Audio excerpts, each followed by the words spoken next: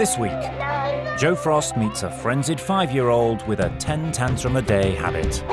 Don't you dare hit me! And walks headlong into a stepfamily in big trouble.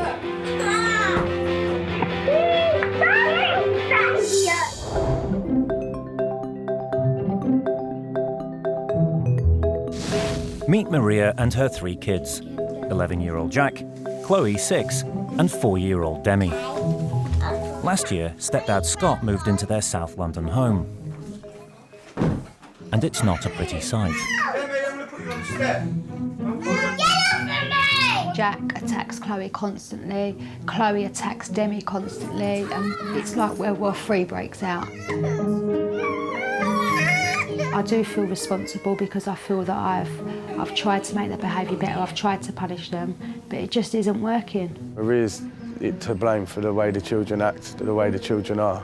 She lets them walk all over her. I want you to go downstairs. Don't force me. I want you to go downstairs. Don't force me. Scott tries to intervene, but is being ignored.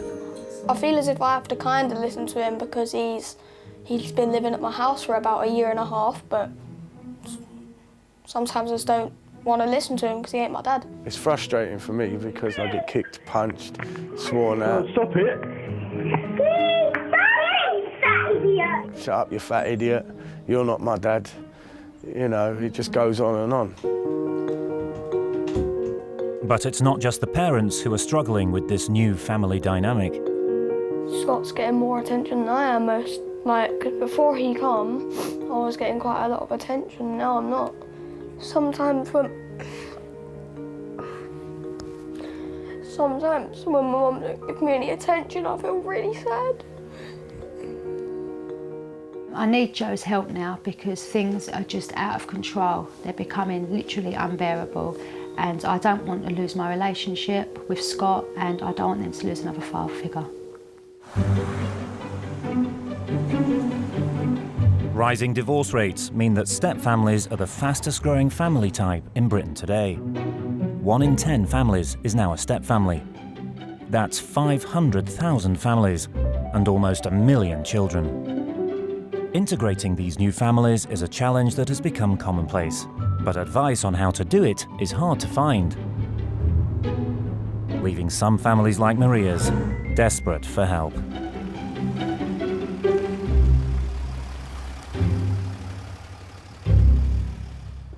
Hi. Hello. Nice to meet you, Joe. Nice to meet you. Hi. You've blended together, right? Yeah. With Maria's family, which is now your family. How have the kids been with regards to the transition? The middle one, Chloe, the issues are a little bit with Scott. I think she feels that she's betraying her dad, and that's what I think she finds hard. She has to remind him all the time, you're not my dad. These kids walk all over her. All over. No ain't no, it's yes. She don't stick to nothing. Maria can't do it. Is Scott wrong? Scott isn't wrong, no. Scott isn't wrong. I know that I should follow things through, but I think I do everything for an easy life and just for a quiet life. Never once has she gone out without her mum in this house. But I've never been left. I'm not allowed to be left here without her mummy. It's like I'm not trusted.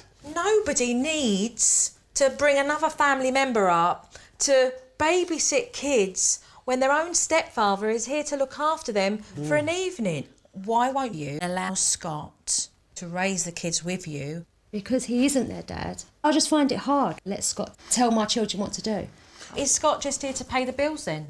That's sometimes maybe how he feels. As far as discipline's concerned, all right, it's really important that you realise that as long as you're prepared to keep Scott half out of the picture, things won't ever get any better.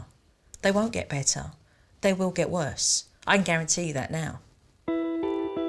Hi, how are you? Joe decides to ask the kids for their take on the situation. Jack might not spend much time with his mum anymore, but he knows exactly what's going on. So who makes the rules up in the house? Mum and Scott. And who follows through with him? No. So is there one parent more firmer than the other? Which one's more strict? Scott. Scott. Because if it was Scott on his own, I think we'd all be really disciplined, but because Mum's here, she tells him basically, no, you can't do that. And if he tells Chloe will say, oh no, you can't tell me, you ain't my mum or my dad. And they start listening to him basically. Nothing's going to change unless they stand up together and go, we are going to do this together, and Scott, I'm going to back you up and you're going to back me up, and the kids are going to realise we're raising them together. It's as simple as that.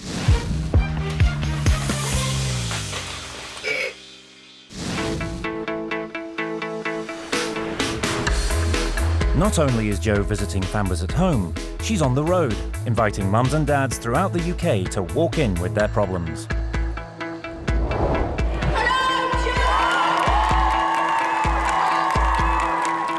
The nation's favourite nanny will be offering up some straight-talking advice as she bids to solve our most troublesome parenting issues. So boisterous all the time, it was embarrassing to go out. How do I control someone who doesn't understand the word no? One mum in need of Jo's help has brought in a photo of the damage her badly behaved son has caused. Who done this? Who tore all the wallpaper off the walls? You did. Why did you do that? Because my mum just got me really angry. And that's how you behaved? And you did it because you were angry and you were frustrated, which clearly shows me, okay, that communication is very important. All right, you want to be able to have a conversation with your kids about what they're doing wrong, okay, so that they understand how to think and make a different choice the next time. But I've tried speaking to him calmly, and it seems to sink in, and then 2 minutes later, that's what happens. And who's fixing that? It'll be me that have to fix it. Really? Every time the kids behave the way that they want to behave, guess who's mopping it up? No consequences for nothing. So I guess he's still playing with his video games. You take all their toys away and let them earn it back.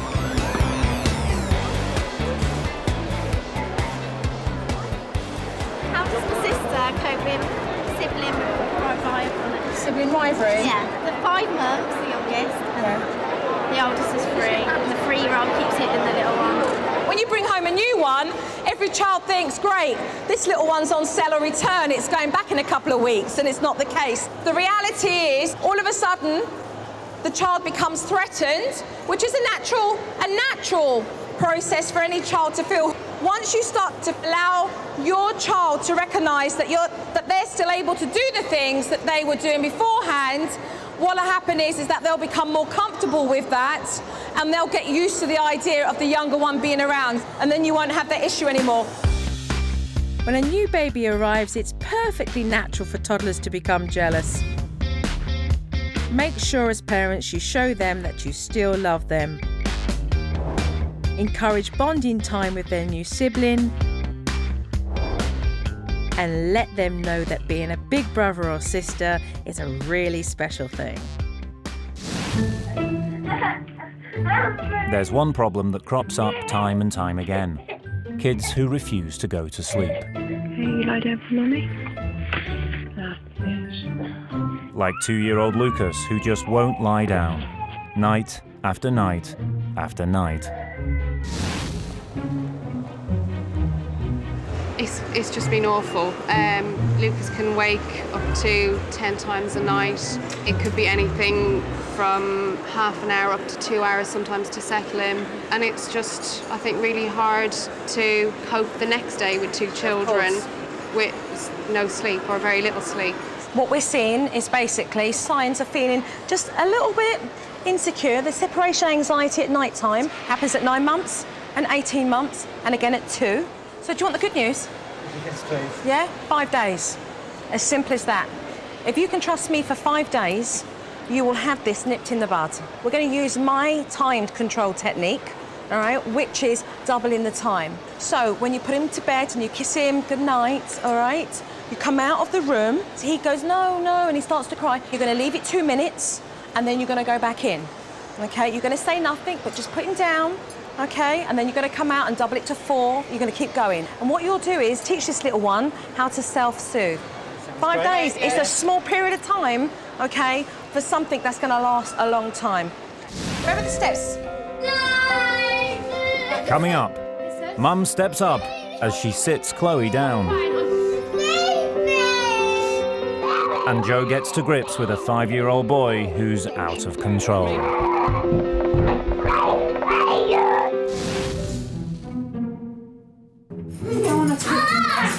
Joe's in South London, helping to heal a fractured stepfamily. Ever since Mum Maria moved Scott in, the girls have been running wild, and Jack has retreated to his room. I'll spend about 10 hours of a day in my room on my own. And I feel like I'm kind of excluded from the family sometimes. One of the reasons I sit in my room is because my mum never wants to do anything with me, really. Just all her attention is on the girls. Joe is concerned about Jack's isolation. Do you get much time with Mum? Not really, because she has the girls to deal with. So there's not really much time where me and Mum can just have son and Mum time. I would like to have an hour or so with my mum, like me and her time, because we used to do that. I think she needs to be more disciplined towards the girls. If Jack is to get more time with his mum, it's clear to Joe that the girls' behaviour has to be addressed. When you give a child a warning, and I call it a warning because it's done in a low-toned voice, all right, it shows displeasure, it shows you're not happy with it. After a warning, okay, you will place the child onto the step and you'll explain why they're on it. You're then going to walk away, okay? If the child gets off the step, you're going to place them back, but with no talking. Once you've explained the first time, you don't need to talk again. All right? Then you're going to get your apologies, because it's important for a child, okay, to understand that it's inappropriate behaviour. All right, so I'd love you to put these in the kitchen, because there's a lot for you to digest, all right, and absorb. On the trampoline with your sister. Within minutes, Chloe kicks off, Trampoline, yeah, but you and can Maria go has to nicely, put into yeah? practice everything she's just been On taught. the trampoline. Are you being rude to me again? I've given you a warning. You can go on the step for 6 minutes. No, I warned you. Right, listen. I'm putting you. Stop crying. I'm putting you on the step because I gave you a warning. You have and to you're shout. still being Just rude use your normal. to me. Just use your normal voice, but low toned. Okay. It was actually good that we saw Maria identify that actually what was going on wasn't acceptable and put her on that step. It's the first time really that she's followed through all of the steps and disciplined Chloe. What I do want to see is Scott and how things are tomorrow, now things are in place.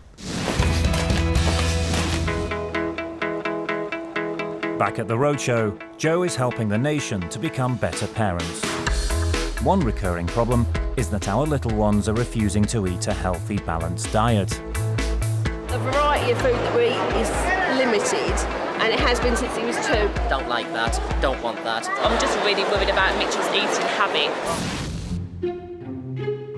2.5-year-old Jared is one such boy. Do you like porridge? Yes. What else do you like to eat? Do you like ham? No. Cheese? What about vegetables? Fruit? For when his food's not mashed, he is crushed. Tell me just a little bit about it. We're struggling at the moment to have him eat normal food like the family eats. Right. He's got his limit. Well, he's limited. His food's limited. He only eats porridge and Weetabix, and the occasional jar food. Then what you're looking at is a child that's gone back to the stage of when they're like 9, 10 months. Yes. The best step in moving him forward is to give him the foods with the same consistency. So, for example, a fish pie and a shepherd's pie is made of the same consistency. But the difference is it's got all of the other nutritional value vitamins that he needs within that food plan. If he refuses it, don't make a big deal about it, okay? Just say, Mummy would really like you to have a spoonful. Come on, I'm eating as well. Yes. Give him a chance to try it again if he wants and say, look, you can have that, otherwise nothing now until dinner time. Otherwise, what you'll find is half an hour later, he'll be trying to go in the pantry. Mummy, I want a yogurt, I want this. Say, darling, you can't have one now. So, if you eat your dinner, then you can have one afterwards. So that he realises he can't graze in between. Otherwise, he doesn't have to eat, does he, at lunchtime, if he's going to get the food in between? I just look at him as my baby, and I just want to give him what he wants. I just want to make him happy. And you can give him what he wants but you have to give him what he needs first. Hi, nice to meet you. Another fussy eater is 7-year-old Rhythm, who refuses to dine in front of his family. How you doing? Only when he's on his own. Yes. And if nobody's watching him. And when he plays with the food. Right, okay. He'll say, don't stop looking at me. Can I ask you what conversation you have around the table? Like, do you just all get down and you just stare and stare? I guess so. I know, it's terrible. Imagine that. I mean, literally, it's like having an audience. Where's the conversation? Yeah. Does he eat his food generally? Does he eat what you cook for him? No, he doesn't. All depends. Sometimes you do. Oh, he's there in defence. Sometimes I do. Sometimes. And when he doesn't, what happens? I go on cooking some more. Oh, look at that. It's Joe's Cafe down the road now. I'm going to ask you to do this. All right? If there is one meal on that menu, there is one meal. All right? We're closing the cafe. Follow it through. Talk. All parents get frustrated with their kids' eating habits at some time or another. So don't turn the dining table into a battleground. It will only make things worse. Introduce them to new foods gradually, and please persevere. Lead by example, because if they see you enjoying a varied diet, they'll be interested too.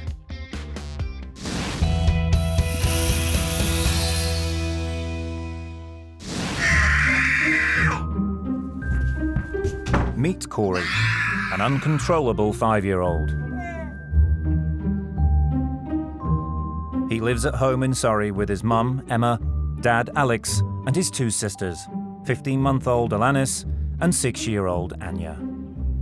Corey can have between 3 and 10 tantrums a day, lasting from 15 minutes to an hour and a half. I'm leaving you here until you start. Corey can be set off by anything. From the simplest things of he doesn't want to get undressed, to as something as big as, you know, we're going to go for a walk. It could be anything. He's been like this since he started school. It's heart-wrenching because we don't know why he's got all this pent-up anger. Don't you dare hit me! I can take what he gives me because I'm his mother. I'm worried what he might do to himself or one of his sisters. He really hurts Anya. He has winded her. He's made her nose bleed. Recently, it's only been a couple of times, but a couple of times is more than enough. He has hit his little sister because she's either taken a toy from him and she doesn't understand, she's 15 months. And I don't know how to control it or even stop him from getting into that state. I need Joe to help me guide my son in the right direction and to get a relationship back with my son.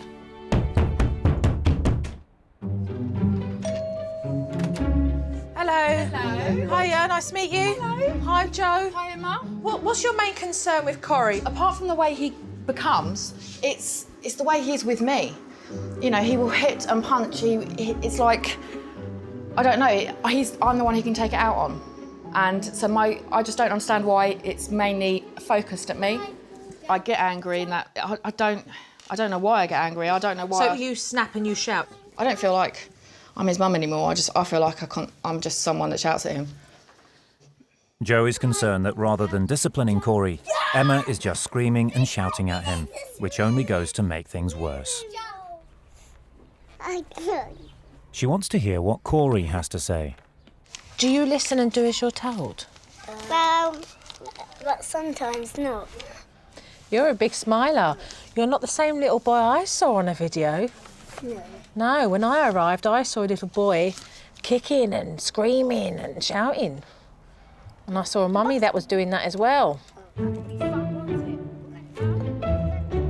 Back in the house, Joe asks Emma to write down what it is that makes her so angry. So, pick up your toys and put them away. Do you expect them to be tidy 24/7 when you should just sit back and go, all right, it's no big deal, we can do it at the end of the day? Food. I don't like if there's crumbs on the floor or anything. Mess. I don't like mess. She wants things done now. I want it, but I want it done my way. So we're dealing with overbearing, controlling, obsessive behaviour. This control of having to have everything, you know, a certain way and the kids a certain way is creating more problems. You're not allowing the kids just to breathe and just enjoy and be kids. If you're dictating stuff all the time, then the kids are going to meet you with resistance because they're going to feel suffocated. We've been in here talking a lot today, and those kids are just enjoying themselves. They're playing, they're having fun, but they're not fighting because you've been in here sorting yourselves out rather than in there going, right, do this, put this up, put that up, do this. Do you know what I mean? Mum has certainly not dealt with discipline, and she's chose to be very aggressive and confrontational and combative with Corrie. Now, she's realised that she can be quite uptight and short-tempered about things that are not necessary. So learning to let go of situations and being realistic with what she expects from the kids are certainly going to halve her stress levels.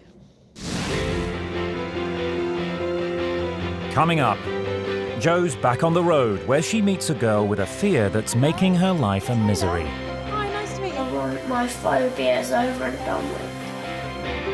And investigates how the increasing demands of work life are robbing us of precious family time.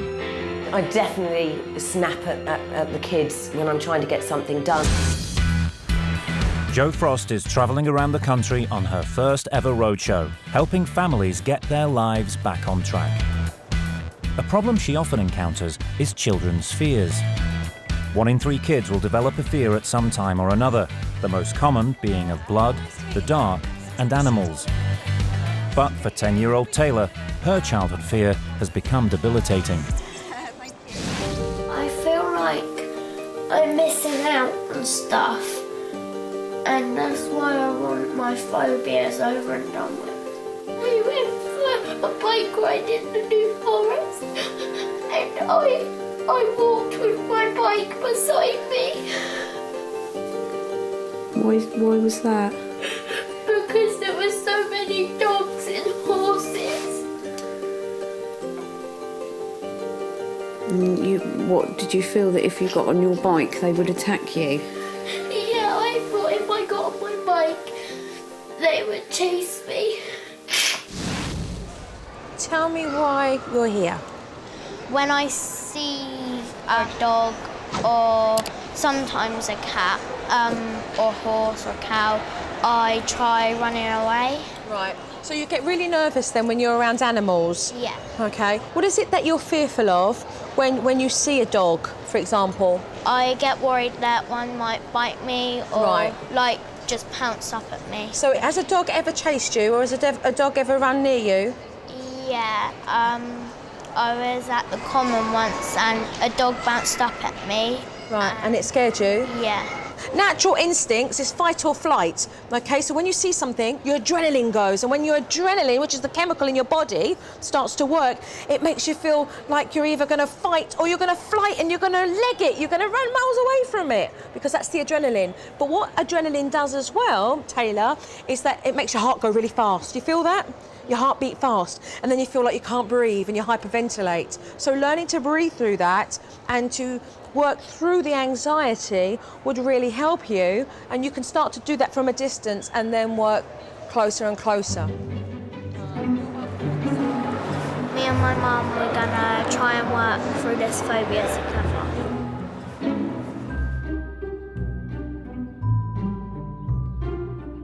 5 weeks later, Taylor has tried out Jo's advice.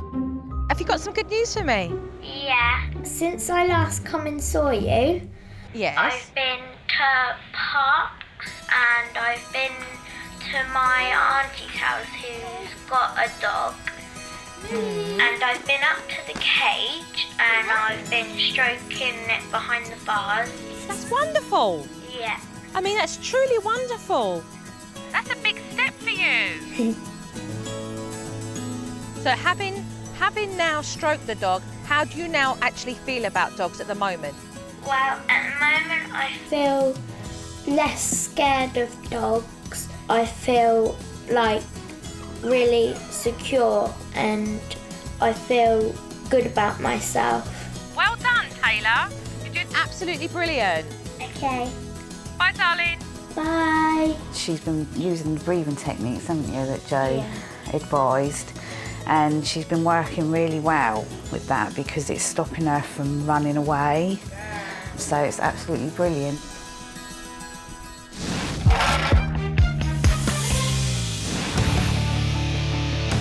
Joe believes the single most important thing that mums and dads can do is spend quality time with their kids. Let's face it, she spent her career mopping up the consequences of too little. She wants to wake parents up to the shocking truth that the average British child now spends just 49 minutes of quality time a day with their family. Joe's out to prove small changes can make a huge difference. Today, she wants parents to leave work at work. How many hours would you say that you actually bring home with you? Oh, at least a couple in the evening. With the BlackBerry, you're always working, so it's always on. There are days when work wins and there are days when the kids win. You know, and hopefully you maintain the balance. And that's harder these days, as the average worker now grafts for 5 hours a week more than their contracted hours. That's an extra 33 working days a year. Is it any wonder 35% of youngsters think their parents are stressed out and that they bring work home with them at least once a week?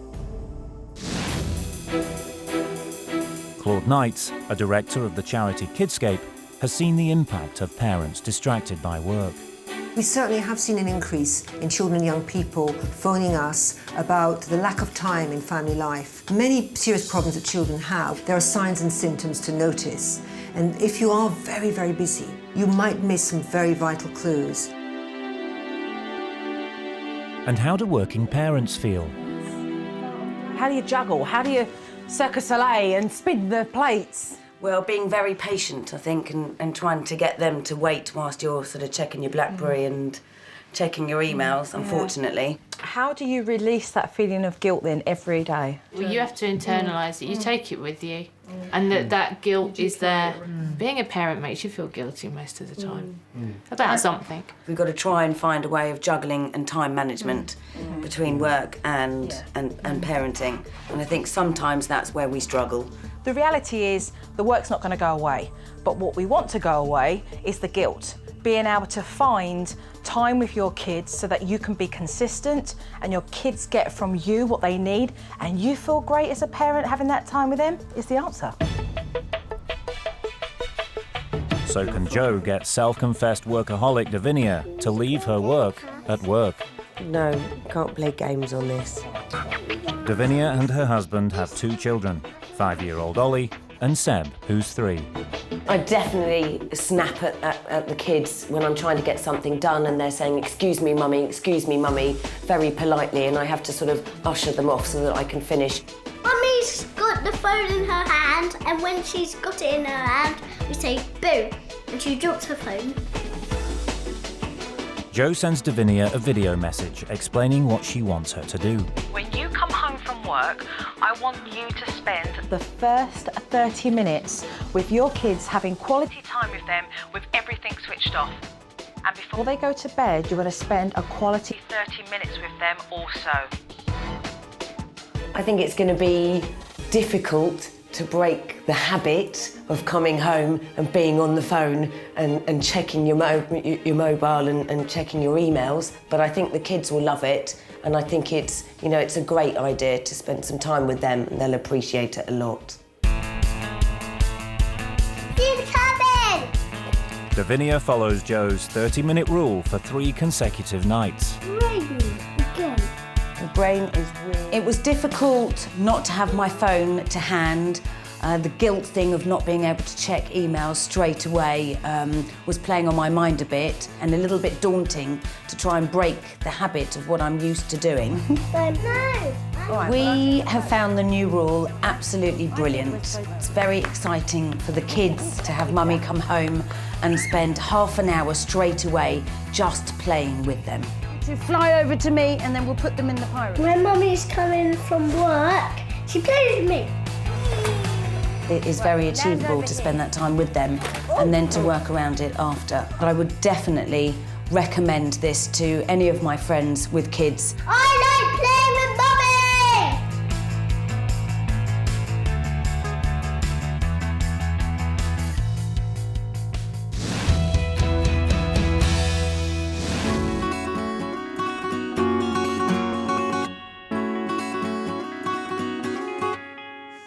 One man in desperate need of some quality time with his stepkids is Scott. Joe knows it's critical to get him involved. Scott, you're going to take all 3 kids out with you this afternoon so that you can just let go of that control and just know that Scott's going to take care of all of them, manage it all really well, and go out and bond. Right, any anxieties? No. A little bit, I suppose. My heart's beating a little bit fast. Yeah. What's your concerns? Just that when we go out, I'm always there. If something goes wrong, I'm there to deal with it. Yeah. So who's dealing with it now? Scott. And is he capable of doing that? Yeah. If we create a circumstance that allows you to step back, it means that Scott has to step forward and the kids rely on Scott so that they become closer. Okay.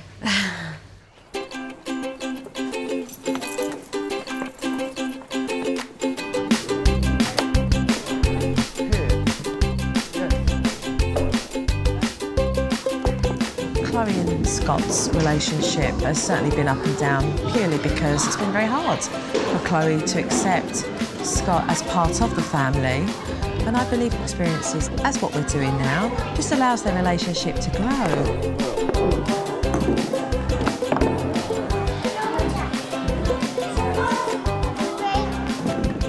Oh, nearly.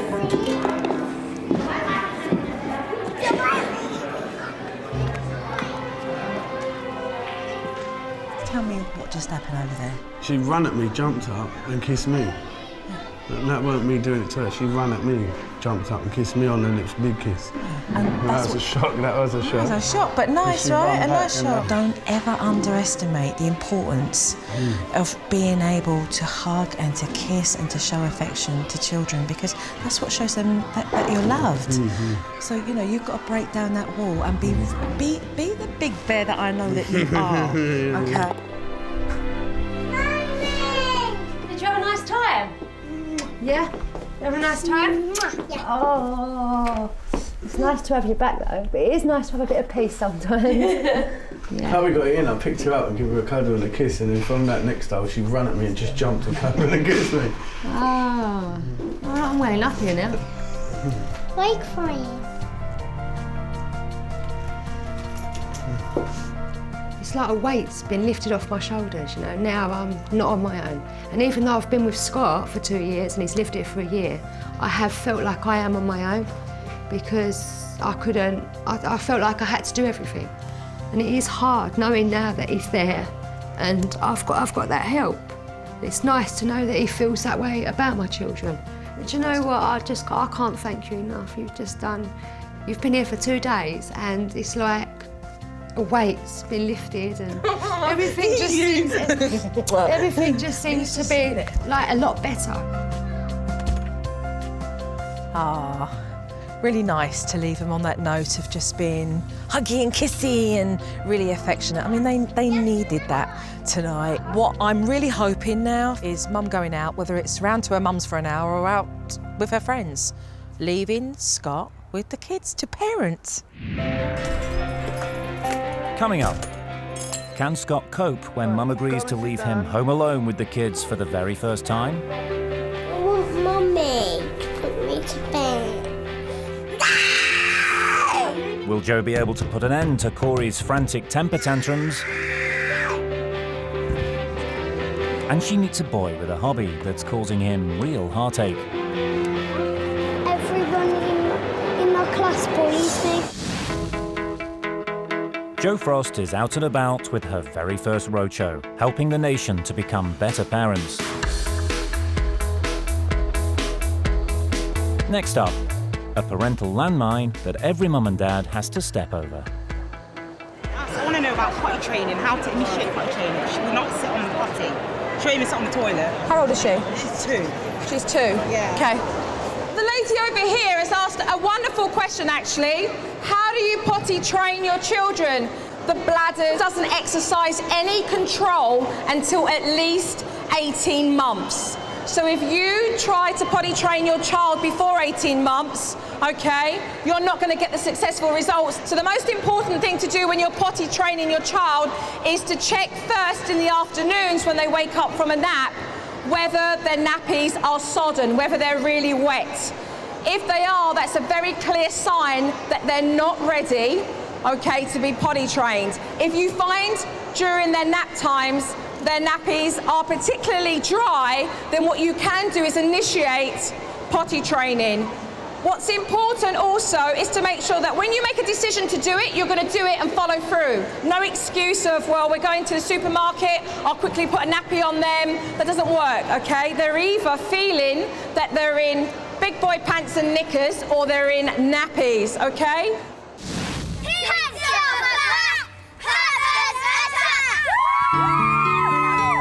As many parents know, children will often be bullied just for being different from the crowd. For 7-year-old Morgan, his love of cheerleading is the reason he's picked on. None of the boys come and every boy says it's for girls and he just isn't. There's a little bit of a dispute about Morgan doing cheerleading. Yes. With who? With who? The dad mostly. Okay. And the boys at school. They just said cheerleading's for girls. I'm trying to tell them that it's a boys' sport too. And if I do cheer, everyone in my class bullies me, so I just go away from them and do it. Good for you. I'll tell you what, you can be my cheerleader with that attitude because I love it. I love it.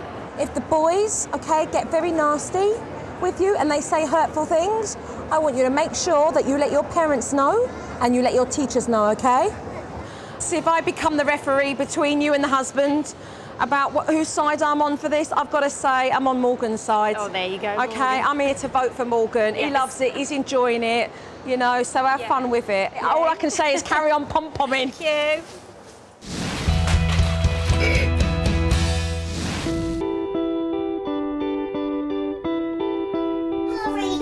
Scott and Maria have been sticking to Joe's advice and have seen some big improvements.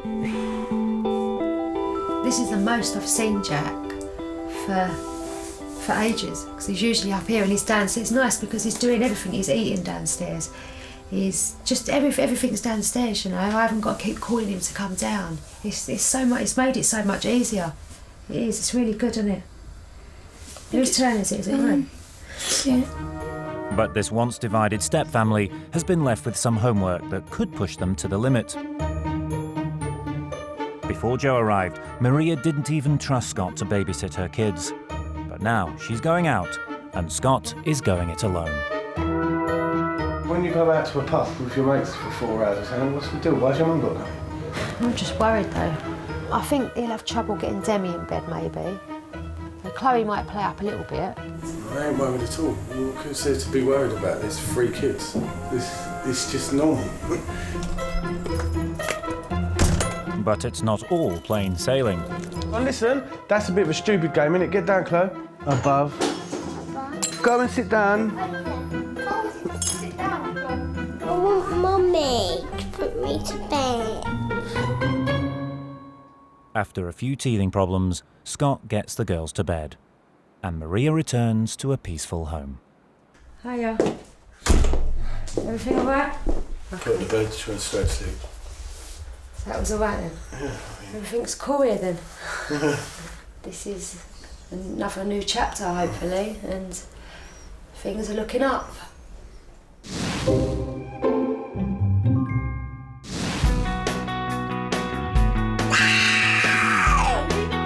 Things are also looking up in Surrey as Joe has made the shocking discovery that Corey's mum shouting triggers his frenetic temper tantrums. Come on. Don't you dare hit me. Joe's first job is to teach Emma that yelling at Corey is no way to discipline him.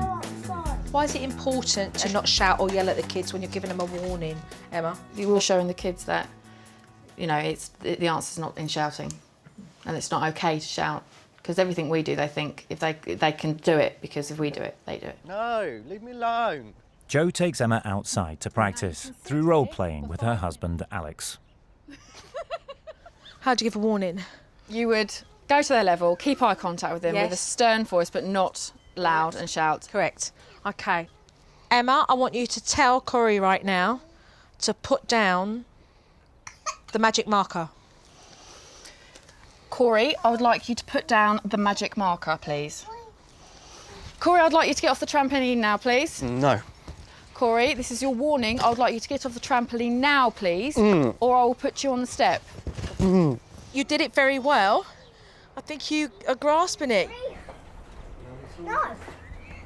Joe's second task is to encourage Emma not to be so obsessive about tidiness. For most families, getting stuck into messy play would be a real treat, but not for this anxious mum. Kids, we're going to paint some pots and then we're going to plant these inside them. Now? Yeah. Yeah. Wow, what shall I do on my pot? So I do... I'm gonna mix it up. Thank you, Mummy, for letting us to paint it. That's all right. What does that confirm for you when you hear little things like that? It melts my heart. It doesn't break my heart, it melts my heart. It's lovely. I mean, you know, all that don't want mess and everything. You've got to get messy and enjoy it. Have fun. Was you trying really hard not to get messy? Well, I was very watchful of what they were doing with their brushes as they were talking and... All right, fair enough. It was important to do messy play today because Mum doesn't like getting messy. And so today, coming out and having fun with the kids allows her just to really step back and actually just enjoy the moment with your kids and have fun with them. You know, Mum just relaxed. She needs to relax, not be so highly strung and just enjoy it. I've left them homework to actually, don't be on top of everything, you know, pick your battles, have fun, enjoy. Corey, did you want to come and do some drawing before dinner? Since Joe left, Emma's parenting style has become much more relaxed, and she's seen a huge difference in Corey's behaviour. I think Corey's been really good because I haven't been so controlling. I haven't been going in and pestering him, which I do, and I'm hands up to that. And he's been able to play. He's been able to be a child. What are you drawing, Corey? A monster. What can hang on walls? Since Joe's left, it's been great. Things are a lot calmer in the home. And we haven't shouted or anything. I used to say to myself, oh, I'm only, shouting when it gets really bad. But I wasn't. I was shouting a lot. In fact, I probably spent most of my day shouting. There's an easier way to discipline your children. And incredibly, Corey's 10-a-day tantrum habit has been cut to 0.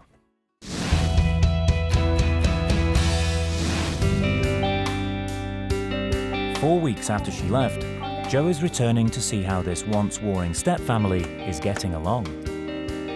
How is everyone? All right. Things are a lot better. With the discipline, they are much, much better. Putting them on the step still. Yeah. I've put them to bed on Sunday. I've still been putting the rules in place. Yeah. And it's been sticking. I ain't had none of it. And Jack is out of his room once and for all. I feel that it's better now because I spend more time with my mum. I spend more time with Chloe, Demi and Scott. And I also think that I'm more happier now that I do more stuff with my family and it feels like I'm really, really more included.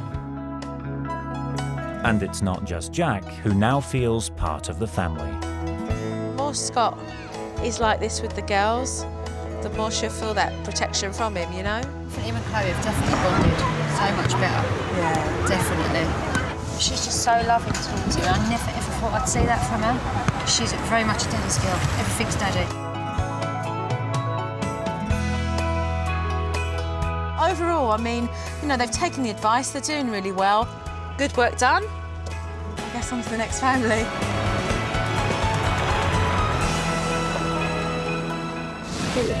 Piss out on me, Dad. Coming up next week, Joe faces an 11-year-old boy prone to violent outbursts. She deals with a cheeky chappy who can't keep his hands out of the cookie jar. It's breaking us all. I really am at my end. And she's back on the road, tackling some more troublesome tots.